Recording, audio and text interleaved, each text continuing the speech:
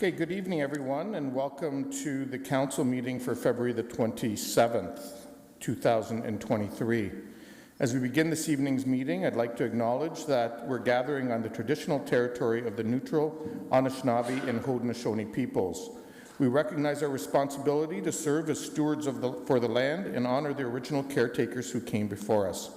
Our community is enriched by the enduring knowledge and deep-rooted traditions of the diverse First Nations, Métis, and Inuit in Kitchener today. If I can now ask everyone to stand as they're able for the singing of our national anthem.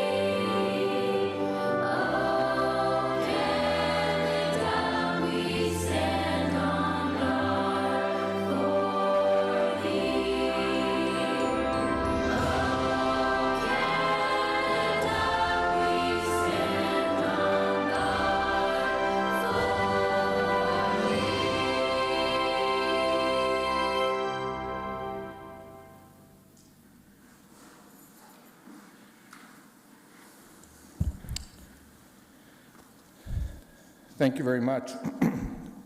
The next item on the agenda for this evening is a commemoration of Black History Month, or as we're referring to it this year, Black Heritage Month, with the song Hymn to Freedom. And this was an initiative that Councillor Chapman brought forward last year, and it is something that we're continuing going forward. This year, we've updated the name of our celebration to mark Black Heritage Month from Black History Month. Celebrating the past has always been the focal point of Black History Month. However, Black Heritage commemorates past and present accomplishments within the Black community and sets sights on bright futures ahead. Black Heritage acknowledges the resilience and bravery of those who came before us, while also acknowledging the ongoing barriers to equity and inclusion that are still present within our communities. Although it's important to acknowledge the month of February as Black Heritage Month, our commitment to taking action must continue all year long. Kitchener City Council and our organization is committed to providing continued support for long-needed changes now underway within our organization through the work of our equity team. We understand that we have only begun the difficult but necessary work to disrupt systemic biases which have denied generations of Black people access to economic, social, and cultural well-being and justice. We acknowledge we must do better and are committed to ensuring that Black and other racialized citizens in Kitchener have equitable access to the systems, supports, and opportunities they need to grow, succeed, and thrive in our community. Please join me and all of Kitchener City Council in listening to the Hymn of Freedom to honor and celebrate the perseverance, strength, and rich heritage of African, Caribbean, and Black members of our community.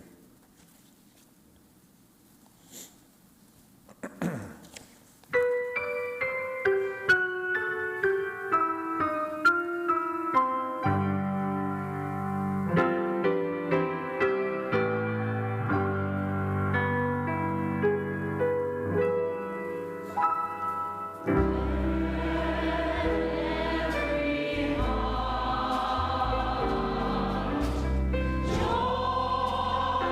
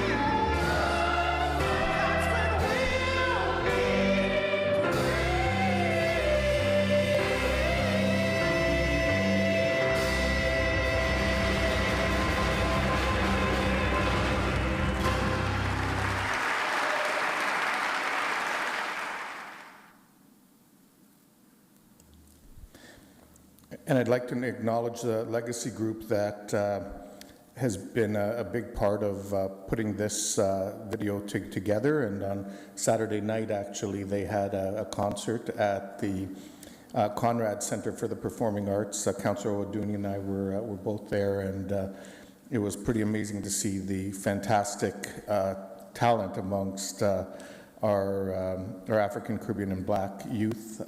Certainly I left that concert very inspired by the opportunities that I think will exist for those individuals in our community in terms of the performing arts going forward. Saturday also marked the one-year anniversary when the residents of Kitchener, together with citizens in other cities around the world, woke up to the shock of the unprovoked attacks by Russia on the cities, communities, and citizens of Ukraine. Sorry, and I said Saturday, I meant Friday. In the 365 days that have passed since, we have witnessed daily images of the senseless, brutal actions of the Russian army against the Ukrainian people. We've also been inspired by the response of our Canadian government, Canadians overall, and Kitchener residents to assist the people of Ukraine who've been victimized by this tragic war and to welcome displaced individuals and families in our community.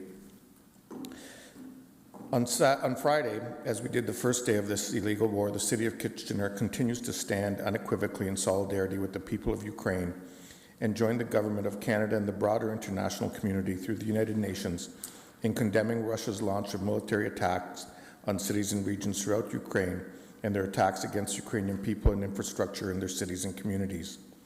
These actions are a violation of Ukraine's sovereignty and territorial integrity, a breach of international law, and a violation of the Charter of the United Nations.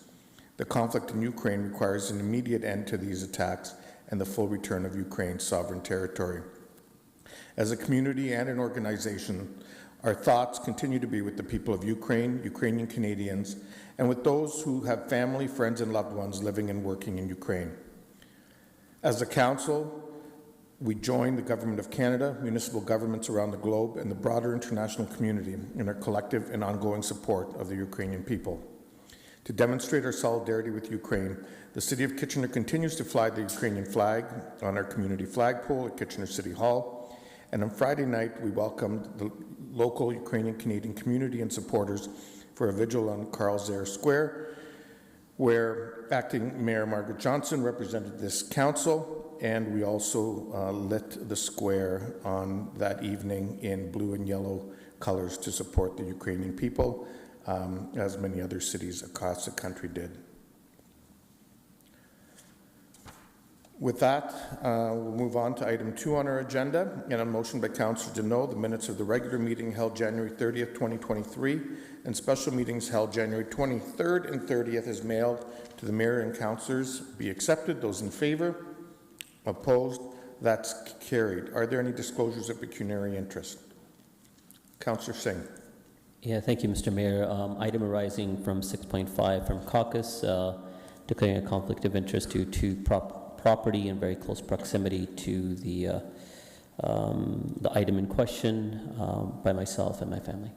Okay, thank you.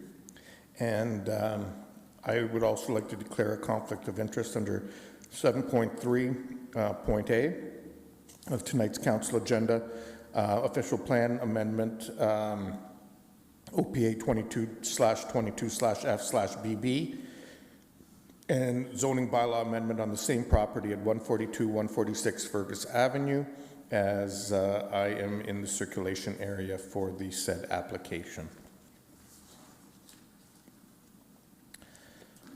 Please take note of the flag requests that have been referred to file. And now we'll move to delegations.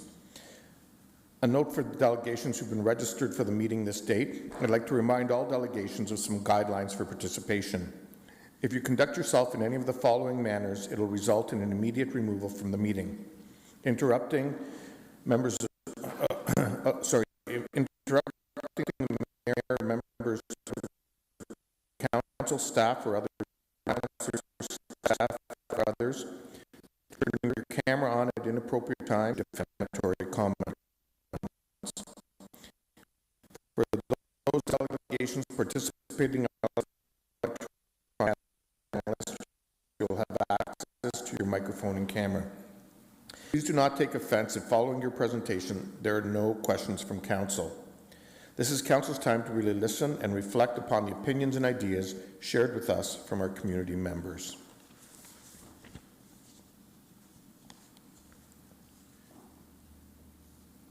And now our delegation is S. Sharma and Zed Akbari, who are students, I understand, from Wilfrid Laurier University.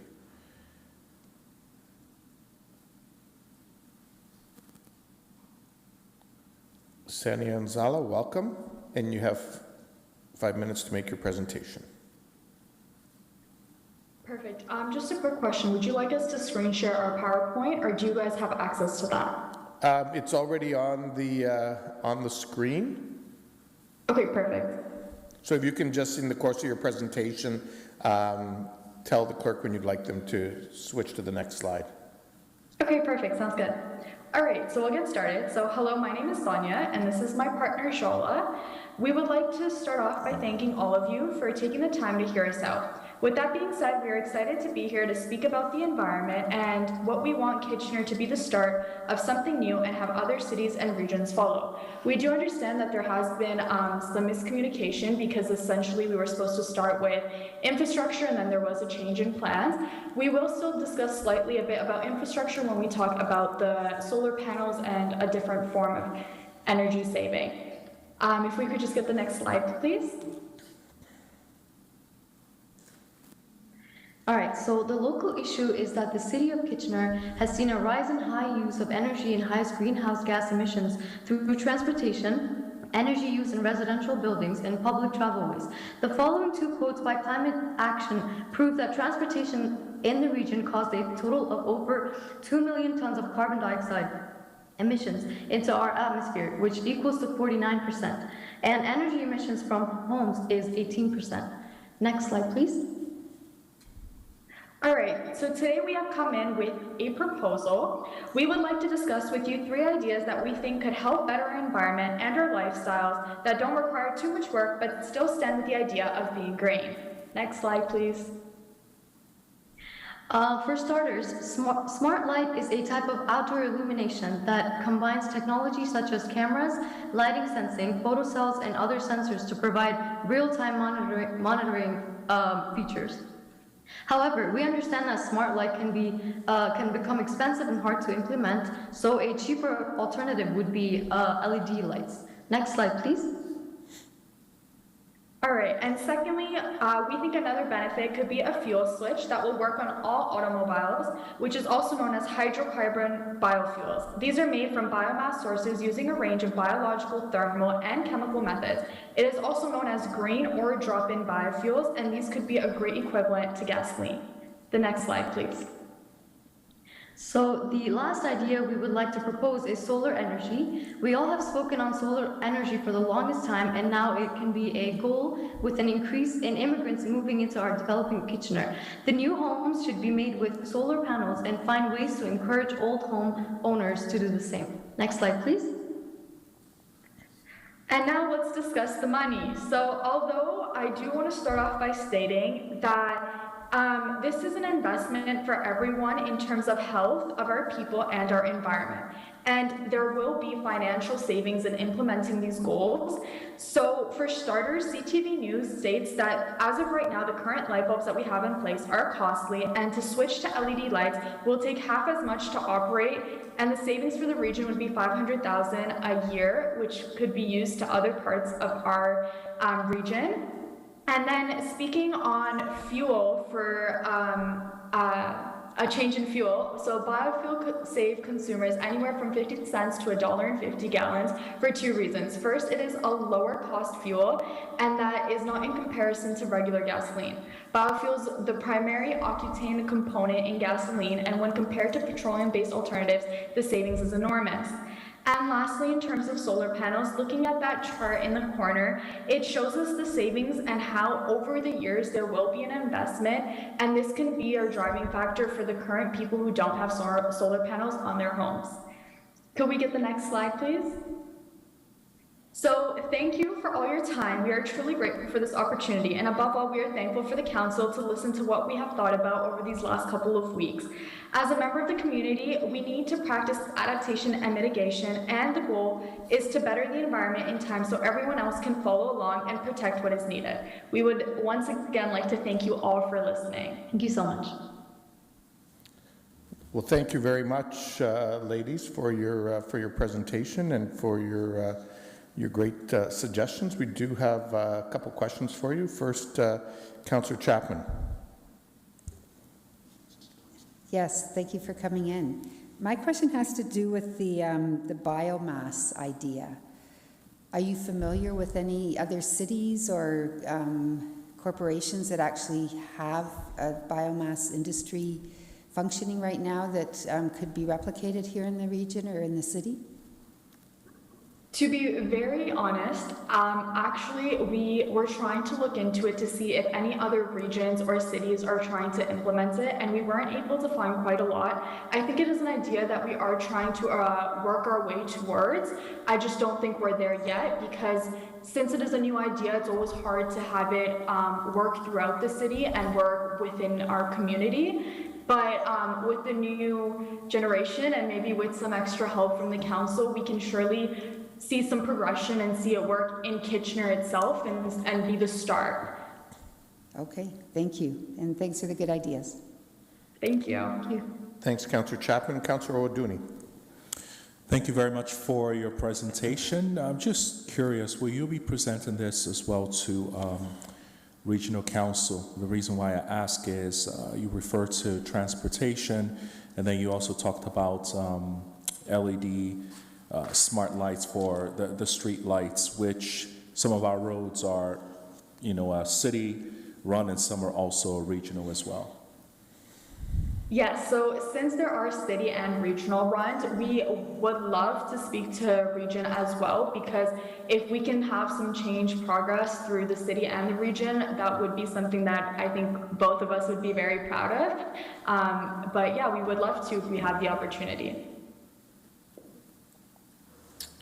Is that it? Thank you, Councillor O'Dooney. Councillor Davey. Yes, thanks guys for your presentation. I appreciate it. I just thought I'd touch upon something. Maybe we didn't advertise it quite well enough, but you're referring to just switching over the general streetlights that we have in the city, correct? Correct. Yeah, so this is something that we have implemented, and this was the first year we actually were able to benefit from it. So all of the streetlights that the city owns right now have been switched over, with a couple exceptions of specialty light bulbs and that sort of thing, have been switched over to LEDs. But what's really cool that we did that a lot of municipalities did not is we actually have a network. It's not, I wish it was Wi-Fi. Like I would have totally loved to invest in that, but it wasn't practical at the time. But they do actually have a sort of a smaller narrowband network that allows us to dim the lights even further in the very early hours of the morning, which allows us to save more on greenhouse gases. And this was actually the first year, and I'm looking at Mr. Lautenbach to nod, but I believe we saw savings of $1.5 million, so we were environmentally friendly, and we got extra cash coming forward as well, and we used that $1.5 million this very budget in order to make our city a better place. So just thought I'd give you that bit of information that hopefully you can share with others. Perfect. Thank you so much for that. We actually greatly appreciate it. And so with that being said, that's exactly what we're pushing towards with the LEDs and saving our money. And hopefully with the future, and time will tell, we can have these smart lights that we discussed about, which actually have many functions to it in terms of built-in systems and tablets to even contact police. So more safety, more security for our community. Awesome. Thank you, Councillor Davey, and thank you. Oh, we have another question. Councillor Clancy. Just a comment, really. I wanted to thank you. I felt like the way that you presented your arguments, using kind of a business case lens was really helpful.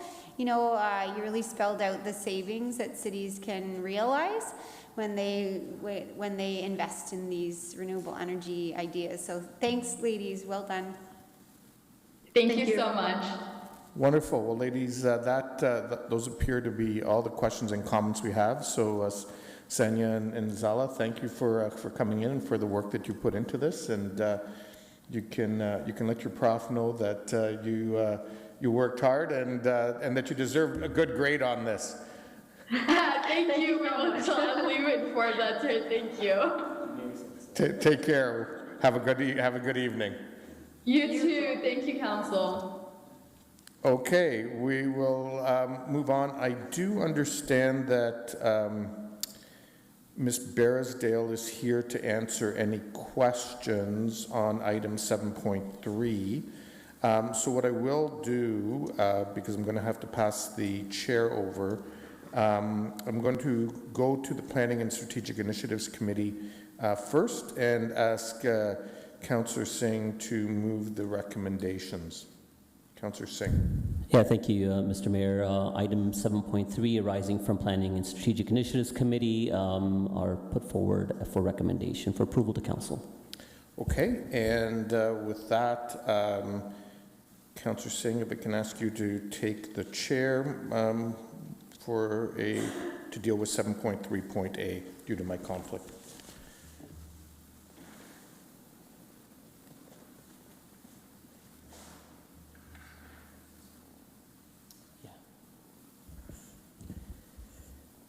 Thank you very much. Are there any questions to Ms. Barrisdale? All right, I see none. I will quickly just can explore a little bit further. Ms. Barrisdale, it was a good application presented through the committee, and at that point, I think there was a lot of comments and encouragement to address, obviously, the affordable housing perspective in the development. Through perhaps even looking at increased density. How did that conversation go with your client, and in relation to, how did that conversation progress with our staff as well? Thank you, Councillor Singh. So we did review revised concepts. We looked at the possibility of adding 1 floor as well as 2 floors, dependent on or directed by discussion with city staff in terms of what would be manageable and appropriate height for the proposed development. We were looking at approximately 10 to 12 units per floor, and unfortunately the business case is just not there from an affordable housing perspective to bring in that small amount of affordable housing units to in turn provide for an increase in height and density. So through discussions with staff, we're proposing to keep the proposed development as is at 7 stories. Okay, all right. Well, I'm glad that that was considered, and I think through your comments, it provides us some level of feedback how that we have to get better at creating those opportunities. The very least, if it's not necessarily affordable housing unit, that they at least help towards our housing stock and increase inventory. So with that, can I get a mover for the item as well? Moved by Councillor Clancy. Any comments? I see none. All those in favor? Opposed? And that item carries. Thank you very much. And I'll revert back to Mayor Benovich. Thank you very much. Okay, thank you, Councillor Singh. Since we are on planning and strategic initiatives, I think we'll just continue with that item. So you've already moved the balance of the report. I will note that that there's one item, the zoning bylaw amendment for 507 Frederick Street, 40, 44, and 48 Becker Street, where there is a separate motion that will come to momentarily to defer this another cycle to the council meeting on Monday, March 20th. But first we'll deal with 7.3.B. Any discussion? Councillor Singh? No discussion. Oh, sorry. Oh, okay. Yep, you moved it and seconded it. So those in favor? Opposed? That is carried. And right, as the vice chair. And I'll deal with item 8.1. Councillor Davey, do you want to move the deferral, or do you want someone else to? Yeah. Moved by Councillor Davey. Do I have a seconder for the deferral? Councillor Schneider. Those in favor? Opposed? That is carried. So I'll now go back to 7.1 and the Finance and Corporate Services Committee. And Councillor Davey, the floor is yours. Yeah, thank you. It's been moved by myself and seconded by Councillor Ioannidis that the 2 items from Finance and Corporate Services Committee be adopted. Okay, thank you.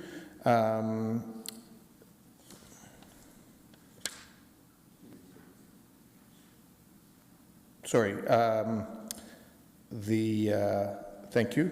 Any questions or discussion? There being none, those in favor? Opposed? That is carried. Councillor Johnson, if I can ask you to bring forward the Community and Infrastructure Services Committee report. Yes, I move the Community and Infrastructure Services Committee report and the 4 items that are there. Okay, thank you. I will note that there was a written submission regarding item 7.2.d, Bean Drive in the Sanitary Sewer Extension Class EA, and that was circulated to council prior to the meeting as per our normal policy for written submissions that become part of the formal public record. And I will also note, council, as you're aware, members of council have been invited to visit the site, and if you are interested in doing that, please work with our staff to get that scheduled so that we do it in a manner consistent with our obligations for not holding a formal council meeting by having too many of us there. So with that, it has been moved and seconded. Any discussion? Sorry. Oh, you didn't do it?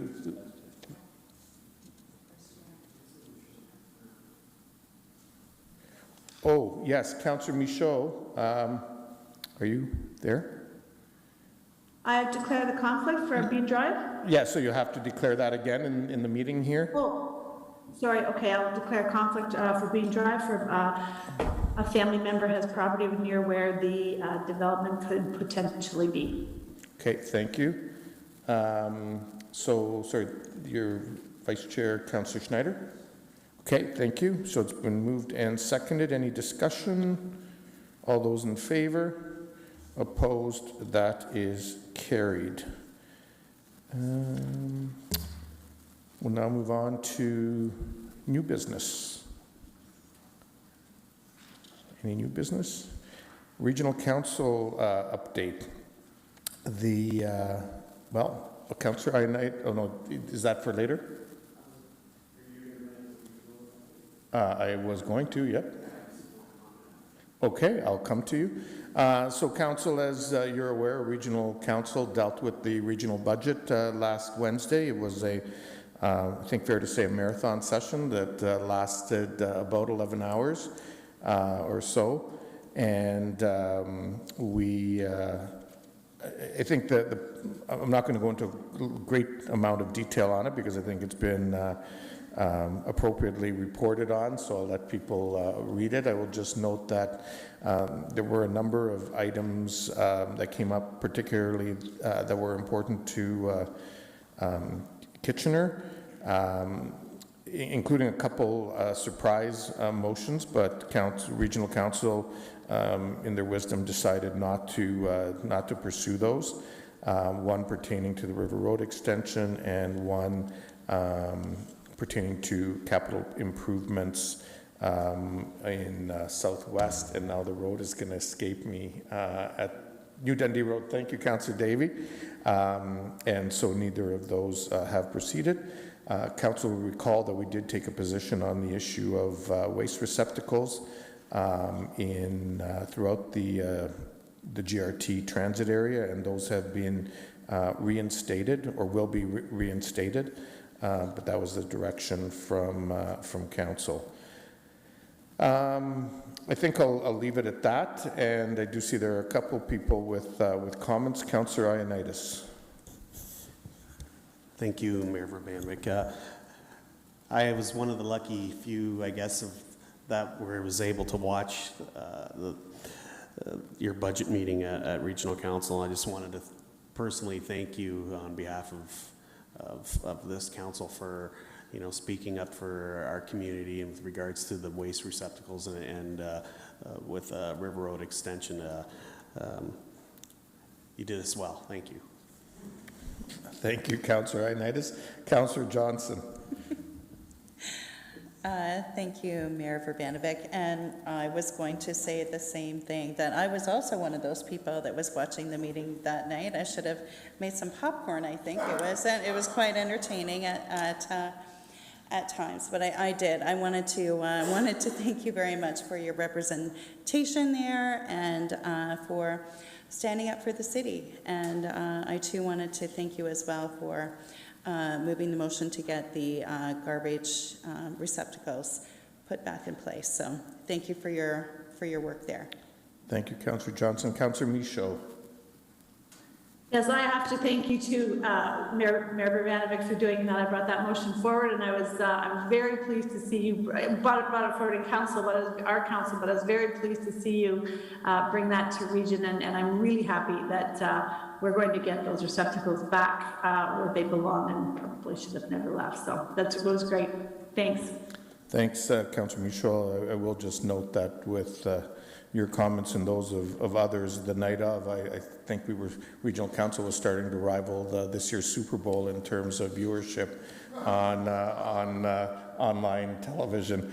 But in all seriousness, I will just say that, without question, I think folks know how the challenges that we had here in our own budget at the municipality, and I think we can all be pleased with where we ended up. The regional budget this year was not easy. It was a challenging budget with some very complex issues, not the least of which are around housing, affordability, homelessness, and so on. And certainly there are significant investments being made in those areas, and there's more work that needs to be done, and it's work where we're going to need this community, this region, and quite frankly, cities and urban centers across the country are going to need additional support, both from the federal government as well as their provincial and territorial governments, to deal with the increased scope of challenges that we're all dealing with. So with that, I will now move on to, we have a notice of motion from Councillor Johnson, who is simply helping us with an amendment to the council calendar. Councillor Johnson? Yes. Thank you.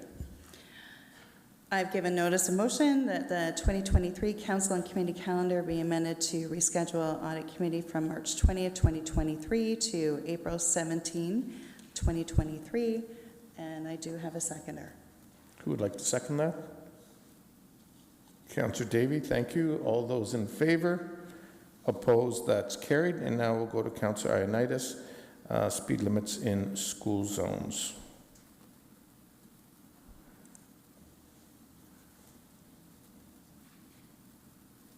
Oh, sorry, I thought I clicked you in.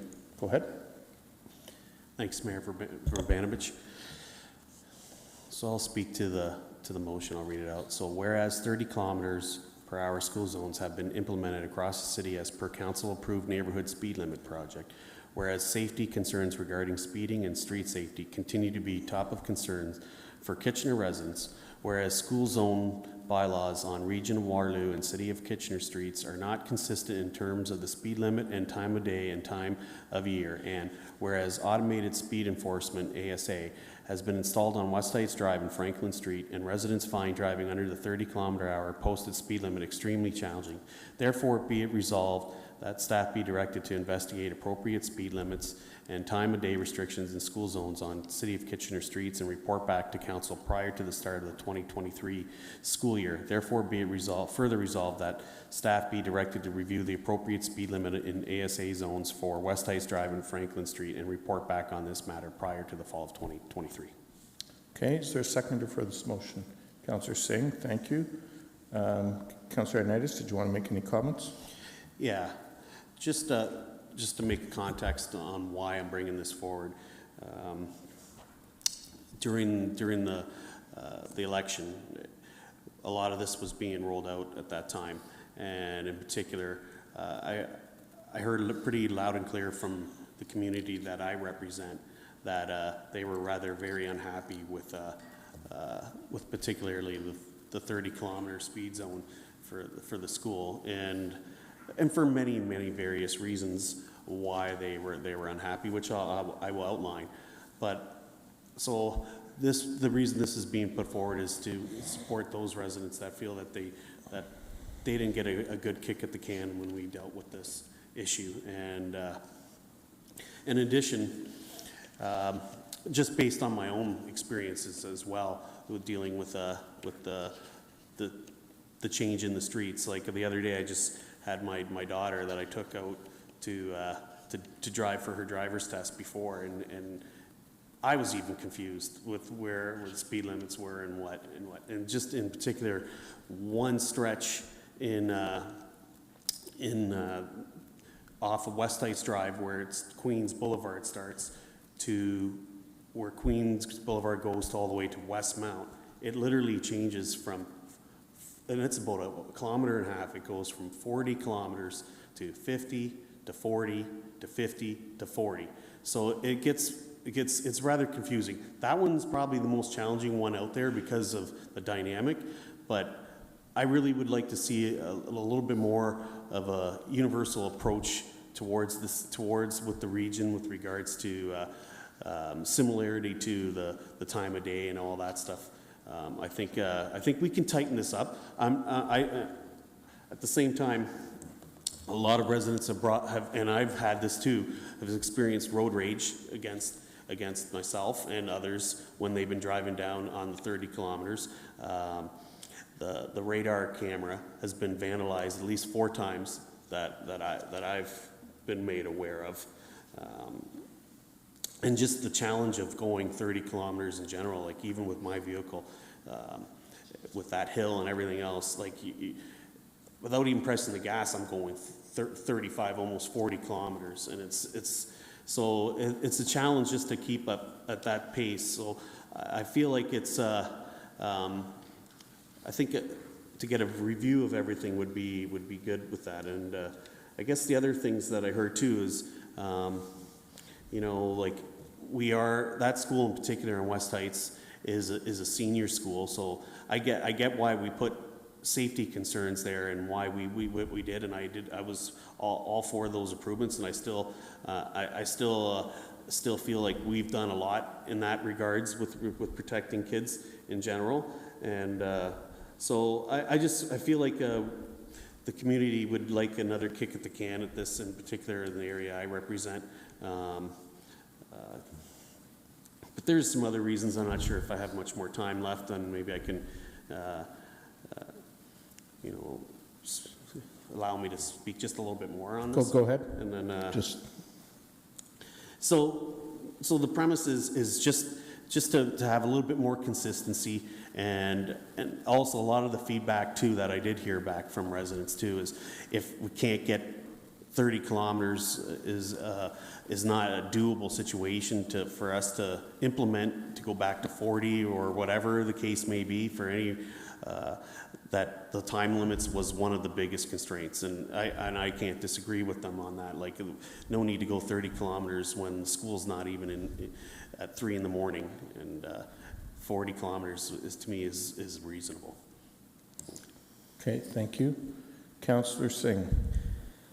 Yeah, thank you, Mr. Mayor. And I was happy to second the motion. I think this is likely timely as we've implemented this for a little while, so we do have a sense of a level of feedback that we have been getting from our residents. And I think the later comment that you made, Councillor Ioannidis, regarding the timing, I think that just makes sense. And I think this is something that obviously we're approaching a sense of safety, but we can be more strategic with it, that it doesn't need to be just a blanket speed reduction. So I think hopefully that's something that staff will look at and try to implement across the city.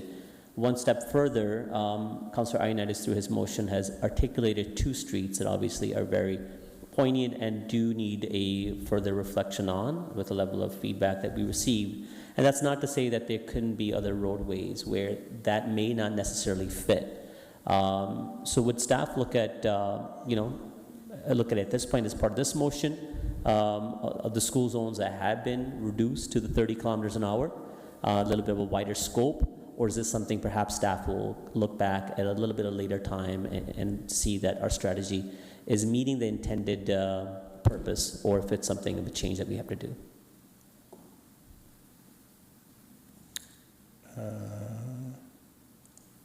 Perry. Yes, thank you. Through the mayor. When we talk about the motion that you have in front of you currently, I think it's important to point out the ASE component. So when discussing the two particular schools in question, Franklin Avenue Public School and West Heights Public School, one of the biggest challenges with those two schools is the implementation of ASE. So we all have particular driving behaviors. You're maybe a little bit more comfortable driving, 5 kilometers over the posted speed limit, 5 to 10 over the posted speed limit, if there's no automated speed enforcement in that area. But in those two schools in particular, there is that consideration. So driving behaviors and driving changes are that much more evident. So in the way that the motion is worded, when staff reports back, what we'll do is we will report on all schools as a whole, but what we will also do is break that out and do a further consideration in those school zones that have ASE. So it wouldn't be specific schools at the time, but it would rather be an approach to ASE and an approach to school zones with ASE as we move forward, so that we're accounting for future schools as we move forward. So that would have been my counter if we weren't looking at a wider scope, because it's not to say that we wouldn't have the radars in other locations. That's limited to those two, but again, we would hopefully have this expansion of this program. When would be a full, I guess, a calendar year of the change? Are we already past a year? Are we within that year? Or? So through the mayor, we started this program in late 2021, I believe. Right. So there are areas, particularly in the southwest of Kitchener, that the 40 kilometer an hour neighborhood speed limits have been in place for well over a year. So we do have some good information there. But it's a program that's still ongoing. So we haven't completed the entire municipality of Kitchener yet. Okay, and that would be helpful. And once more, I just want to quickly make my comment. I think, again, having that wider scope and looking at other schools is necessary if you're going to be doing for these two locations. But beyond that, I think across the board, the timing should be a reflective opportunity right now. I mean, even if there's not a camera there, but if it's after school or well before school, and you're having to drive at a lower speed, and you can still get dinged through police enforcement. So we have to be fair to our drivers and our residents in those neighborhoods. So just hopefully staff can be reflective of that. Thank you. Councillor Schneider.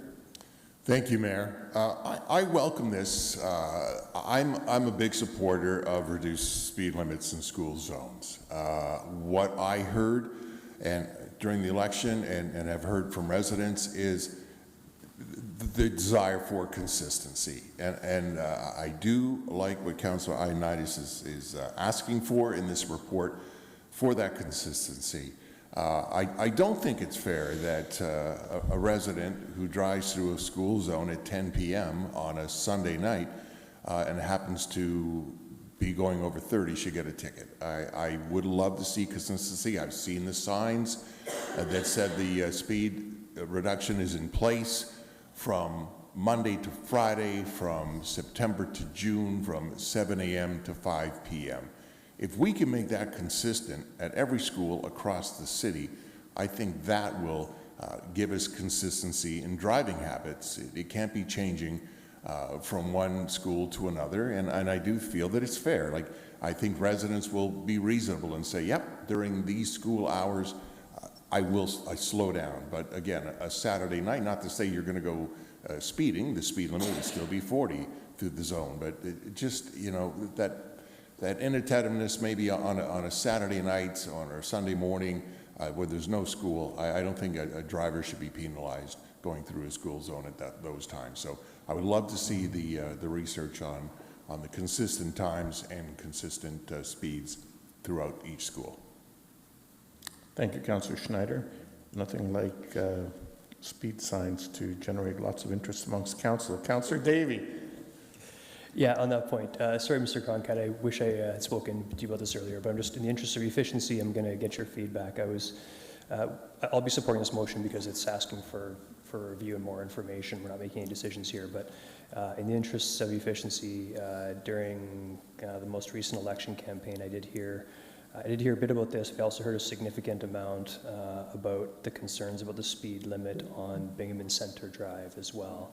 So I was wondering if it would be welcome if I just asked for, when this was coming back, if staff could review the speed limit on that road as well, and then provide advice on any recommendation at that time. So I'm looking for your feedback on that. Mr. Cronkite?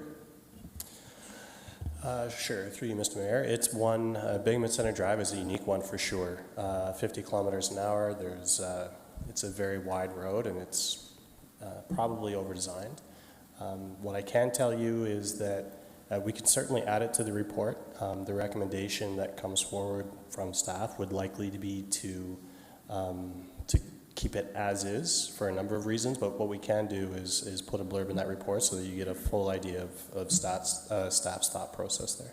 Okay, yeah, actually I think I would appreciate that just because of the sheer number of folks that had an issue with that. And just for reference for anyone that's watching or paying attention, isn't familiar with Binghamton Center Drive, it is not a residential road. It is not, it's not a high traffic road. There's no schools. And it is like a 4-lane with a turning median as well. So I will make that amendment. Councillor David, I'm actually going to ask if we can deal with it as a separate motion because I think it's just confusing the school zone issue and that. So I'll just deal with it separately. No problem. But I will come back to you. Thank you. Councillor Chapman. Yeah, thank you. I was just wondering if you could tell us where the inconsistencies are. Like, what is it? What around school zones, right? Like what different speed limits do we have versus the region and timing during the day, etc.? Yeah, so in terms of differences, I think it's important to first point out that Council at for the City of Waterloo is probably having a very similar discussion right now.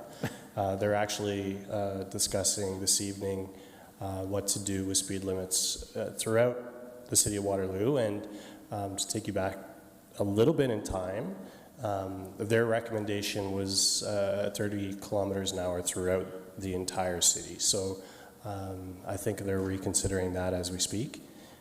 In terms of inconsistency though, on our local streets we went to 30 kilometers an hour in all school zones. So there's really no inconsistency on municipal streets. It's when we compare municipal to arterial roadways and to regional roadways. And so on regional roadways, school zones went to 40 kilometers an hour, but time restricted, so that it's reflective of when school is in operation. So it's September to June, with limited times during the day, Monday to Friday. So that's the inconsistency. What we will do bringing back in the report is speak to that inconsistency, but at the same time, what we'll also do is update council on Waterloo's direction. Ideally, the City of Waterloo, the City of Kitchener, and the Regional Waterloo all have a cohesive approach to speed limits and how we expect traffic to move, because there's a level of consistency in driver behavior that comes along with that. Okay. My other question had to do with the automated speed enforcement areas. Can you just remind us which schools actually are part of this program now? So in Kitchener, on municipal streets, there are two. There's Franklin Avenue Public School, and there's also West Heights Public School. So West Heights Drive and Franklin Avenue. There's also one on Westmount Road in front of Laurentian Public School. So I'm probably missing one or two in Kitchener, but what I will say is that the program will expand in 2023 and beyond 2023 as well. So it is the right time to think about that when we're considering the report as well. Okay, I guess my concern is the way the motion is worded, we're referring to just two locations. And I wonder if we were to take out the second therefore, if that would in any way modify the work that staff would be doing along these lines. Through the mayor, I mean, by all means, you could modify the motion, but I think the intent of the motion here is to consider what the appropriate speed limit is in a school zone with ASE. So we would make general recommendations back rather than the specific to schools, I think. Or, okay, so I guess I would have a friendly amendment. I don't know if I can call it friendly amendment to the second part of the motion, the second therefore, to not specify West Heights Drive and Franklin Street, but to say all current ASE zones. Okay, I understand what you're getting at. So just to be clear, the first operative clause deals with all school zones, and then the second one deals specifically with those that have ASE, and so I do understand where the point that you're trying to make is that we should be looking at it for all ASE ones, not just West Heights and Franklin. Councillor Ioannidis, I think that really speaks to the intent of what you're trying to achieve. You're okay with that? So is the seconder okay with that? Okay, then I'll treat it. It's not a friendly amendment because we don't have friendly amendments, but in the interest of moving things along, if the mover and the seconder are fine with it, we'll go with that. Thank you. Okay, so Councillor Michaud. I thought maybe you didn't see my hand up there. I will support this motion just because there is going to be more information coming through, but with caution, because the only thing I'm concerned about is when we start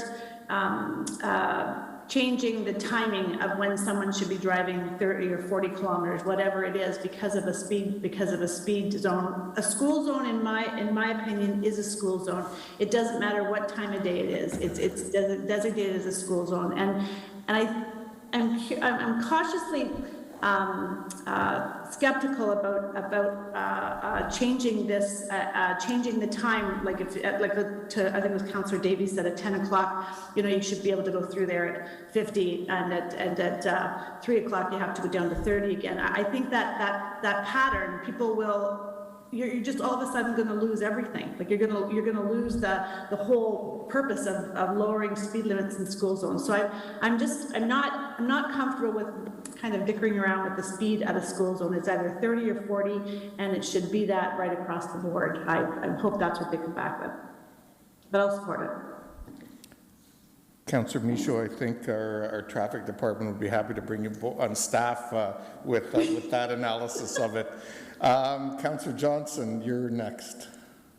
Yes, thank you. And I didn't hear the first question that Councillor Chapman had asked. Had you asked that we talk to the region about having this consistently across the different cities that have ASEs? Is that what you had asked?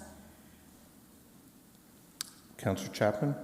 Yeah, no, I didn't. I was more interested in knowing what the inconsistencies were. So I didn't go as far as asking that staff coordinate with the region. Yeah, okay. I would like to ask that we coordinate with the region. I think especially in my ward and in other wards where we are right next door to Waterloo and to other communities. I think whatever we asked to do, I think needs to go across the board. I'm already having issues with residents who are concerned that our bike lanes look so different in Kitchener, and then they drive into Waterloo and they look different there. And that's a challenge, especially for older people who have said that to me. So is that something that you would look at, you could look at doing as well? Or is this muddying the waters of this particular motion?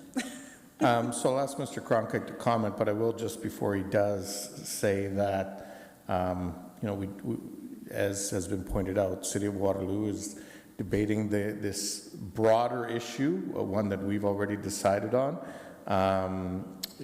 tonight. And, I think there's a range of opinions on Waterloo Council on this issue. But anyway, Mr. Cronkite. Yes, through you, Mr. Mayor. So there are elements that we can discuss with the region and with the City of Waterloo for consistency purposes. The one thing that I would caution when we think about consistency is the comparison of roadways. So in the City of Kitchener, we deal with municipal roadways, and generally speaking, municipal roadways are of a lower classification and of a lesser type than what the region is responsible for. So if you think about regional roads, they're all arterial roads meant to carry large volumes of traffic, generally at higher rates of speed. So there are elements that we would do for consistency or consider for consistency, one of them being the time-limited component. But I would caution council against, considering equivalent speed limits when comparing regional roads to municipal roadways. There's a very different characteristic there, but we can have that conversation when we bring the report forward. Yeah, thank you. I guess what I'm looking for, though, is it's not just the region. That talking to our city counterparts, our roads should look similar between Waterloo and Kitchener and Cambridge to a certain degree. I know we're talking 3 different transportation departments, but it really is a challenge. I know when I drive into Waterloo and they've got their bike lanes on one side of the road with 2 lanes in them, and I know we might have that in some areas too, but it does get confusing for people, and I understand whenever they bring that up. So I guess more collaboration between the traffic departments. I know that you do that. I actually do, because we've had these conversations, but maybe it needs to be something that we formalize.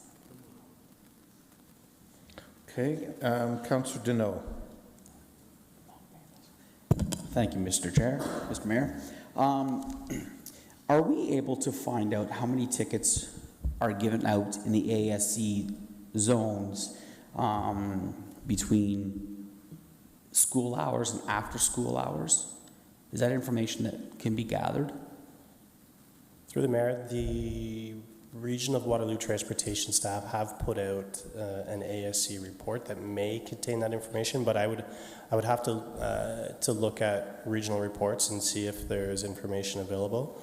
I'm not sure how much of that is information that can be released to the public, but general stats we might be able to get our hands on those. Okay, and then are we able to get the average speed during the changing of the hours? So school hours, the average speed. After that, between 5 and 5 or 5 and 6 in the morning, are we able to see what the average speed is on those roads? Generally speaking, when we talk about data collection, we can do that. It's something that we can break out. Whether or not the region of Waterloo would have that information, I'd have to check with regional staff, but it's definitely information that can be collected. Right. Yeah, I'm just thinking, is there, is there a difference between people driving at nighttime versus the daytime? Even though there's a 30-kilometer zone there, are they disregarding it at nighttime, but realizing during the day that they're actually driving, they have to drive that, and at nighttime, like somebody said, it's just kind of that it's not cognizant of their driving habits. So I think that information would be good to take a look at. Thank you. Okay, Councillor Owaduni. Thank you very much, Chair. I am in support of this motion. I've received several calls, especially for Huron Road, where Huron Heights is, going from, well, it's not 30, it's 40. In my case, 60 to 40. In fact, I've had articles sent to me saying, this is the proof that 30 kilometers per hour does not, keep us safe. I've had to forward those articles and chuckled at them as well.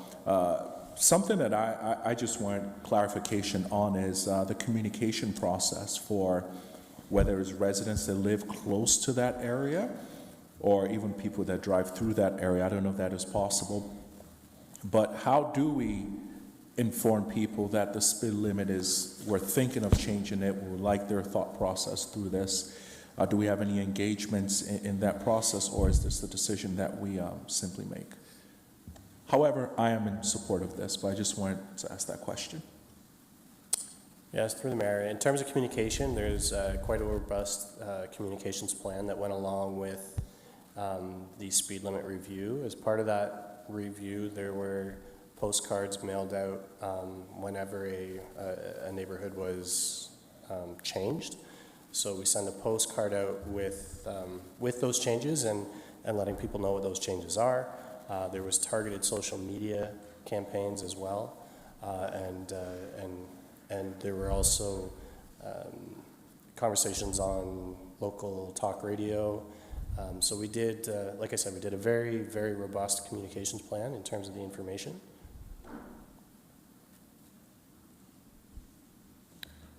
Okay.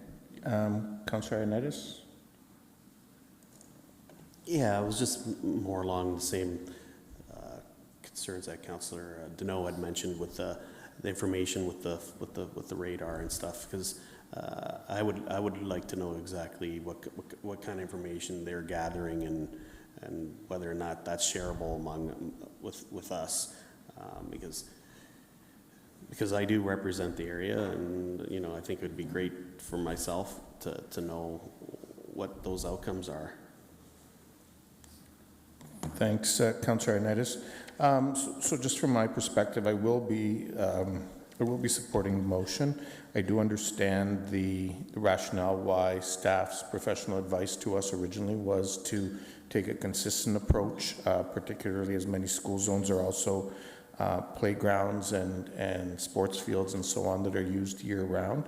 However, I also recognize that, in bringing forward any of these initiatives, one of the things that are key is finding that right balance, so that it also is seen, and that both is and is seen to be fair by residents.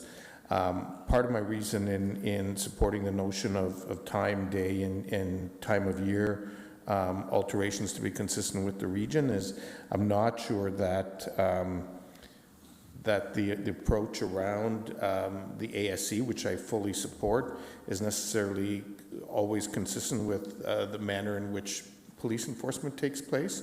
I think that that needs to factor into how that's being looked at in terms of the automated enforcement. So with that, it has been moved and seconded. You want a recorded vote? Okay.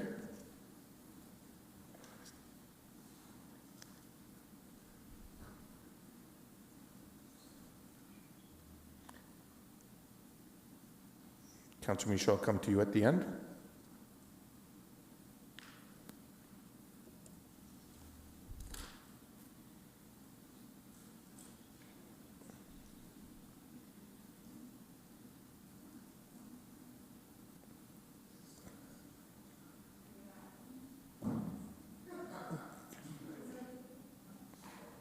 Can I ask Councillor Michaud? Yeah, I'm in favor. Thank you.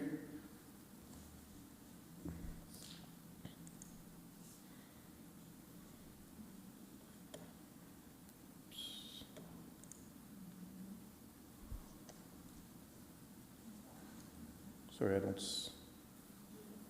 Yeah, I did. Yeah, it says yes. Looks like it's unanimous. We'll just wait till it pops up on the screen.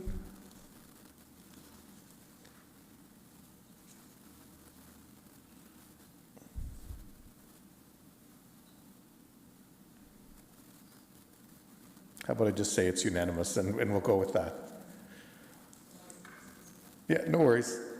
Okay, we'll move on then. That's carried unanimously. Oh, yes, Councillor Davey, if you want to bring forward your separate motion.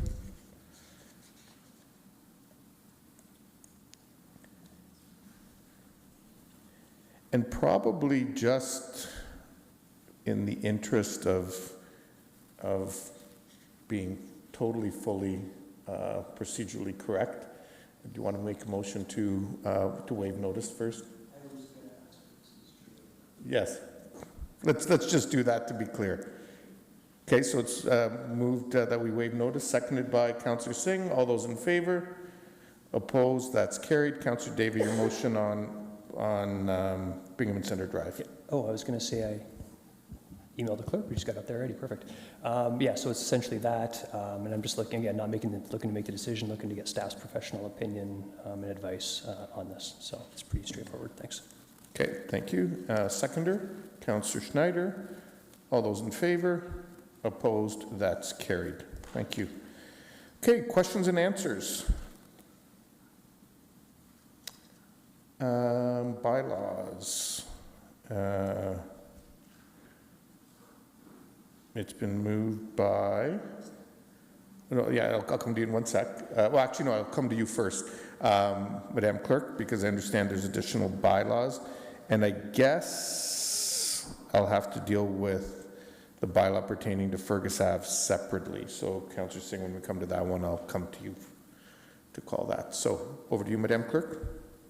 Thank you. Through the chair, we do have 4 additional late starter bylaws, one related to the site alteration bylaw amendment, 2 bylaws related to the Fergus Avenue application, and an additional bylaw related to the Trustler West subdivision. Okay, so do I have a mover for all of the bylaws? Moved by Councillor Clancy, seconded by Councillor Deneau.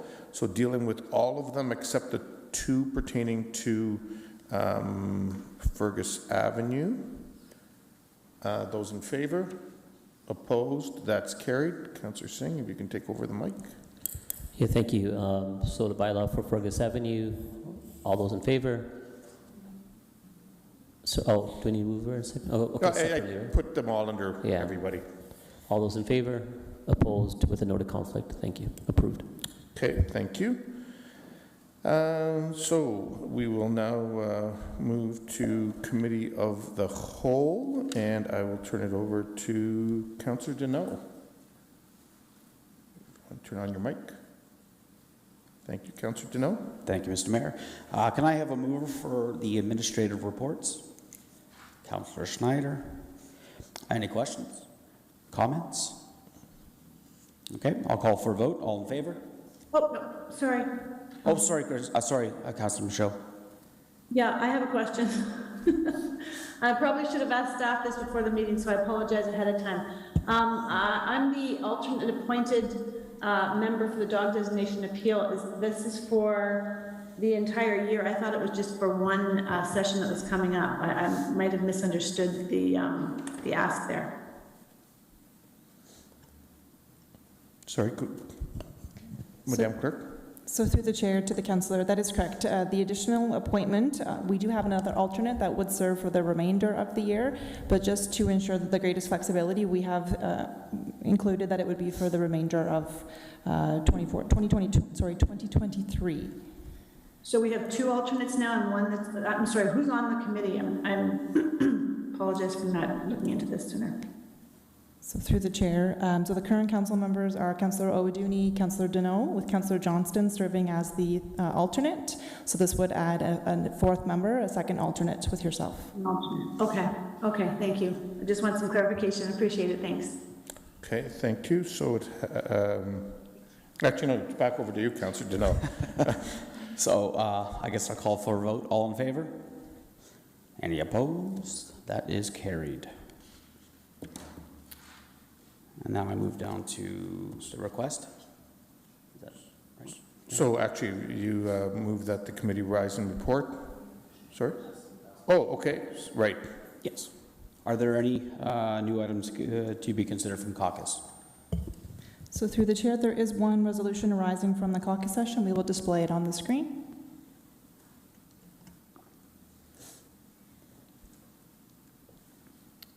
Councillor Deneau would be Councillor Singh and then Councillor Davey for you to call. So you should give the floor to Councillor Singh and then Councillor Davey. Okay, sorry. I'll pass it over to Councillor Singh. Yeah, thank you, Mr. Chair, regarding my note of conflict as mentioned earlier at the beginning of the meeting. So if you can take that when the board is calm. Okay. Pass it over to Mr. Davey.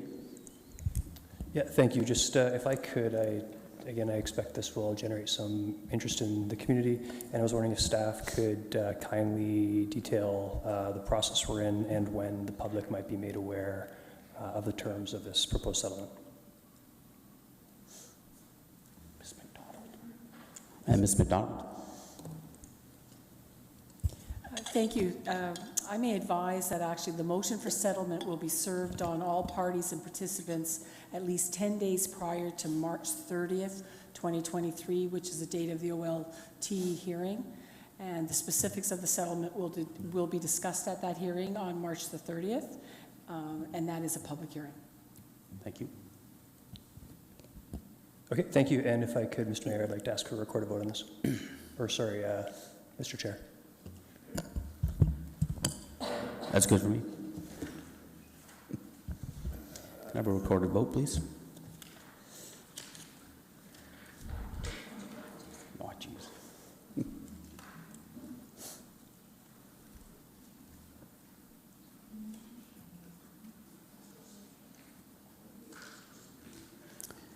And Councillor Michaud? In favor.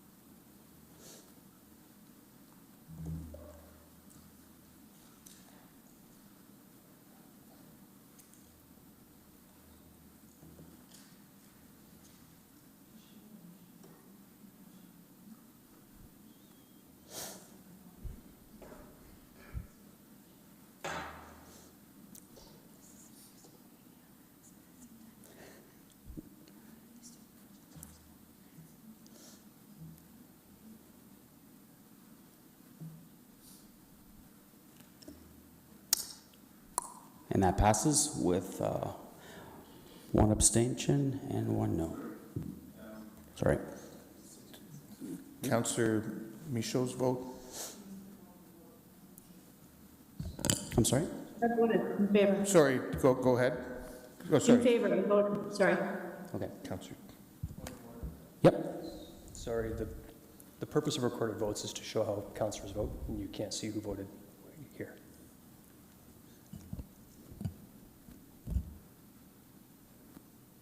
I'll allow it.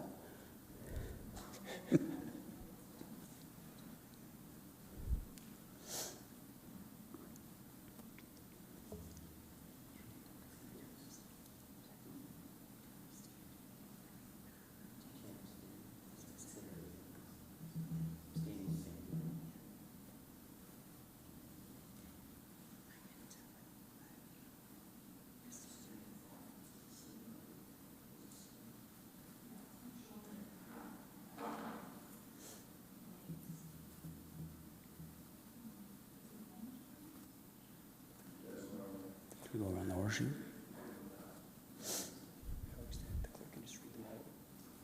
That works too. It's almost on the record.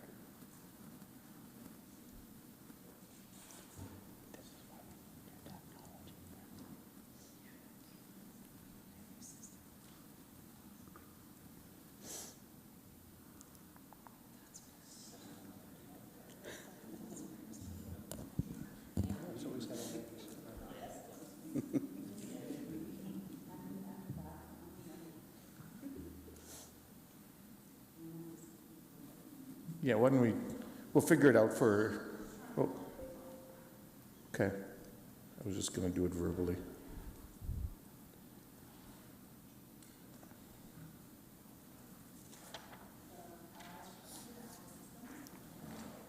Okay, so just for clarity, there's one conflict of interest noted. There is one negative vote, and that's from Councillor Chapman, and all others have voted in favor. For the record. they'll be listed accordingly in the final minutes of the meeting. Okay? Oh, sorry, back to you, Mr. Chair. Sorry, that's what you should have done that last That's part. okay. It's been moved by myself, seconded by Councillor Snyder, that the proceedings in the record of pecuniary interests and conflicts taken in the meeting of the Committee of the Whole held this date as attached. I'm sorry. Hereto. And forming part of these minutes be the same and are hereby adopted and confirmed. Thank you, Councillor Thank you, Deneau. sorry. It's all good. All in favor? Opposed? That is carried. Move third reading of the bylaws. And is Fergus part of this, Madam Clerk? As is, would the item that we just dealt with coming out of camera be part of this as well? Okay, so for the third reading, though, then somebody want to move third reading for all of them? Well, no, I'm going to have to pull Fergus, and then I'm going to have to pull that last one. So all for third reading of the bylaws, moved by Councillor Ioannidis, seconded by Councillor Clancy. So everything except Fergus and that last motion, all those in favor? Opposed? That's carried. Councillor Singh, if you can deal with Fergus. Yes, for Fergus Avenue. All those in favor? Opposed? And that carries. With my noted conflict, and now I will deal with the last item, which was the motion coming out of in camera with the noted conflict. All those in favor? Opposed? That is carried as well with the noted conflict. And with that, ladies and gentlemen, motion to adjourn. Councillor O'Dooney and Councillor Johnson. All those in favor? Opposed? That's carried. Have a safe drive home, everyone. Thank you to this evening's viewing audience for joining us.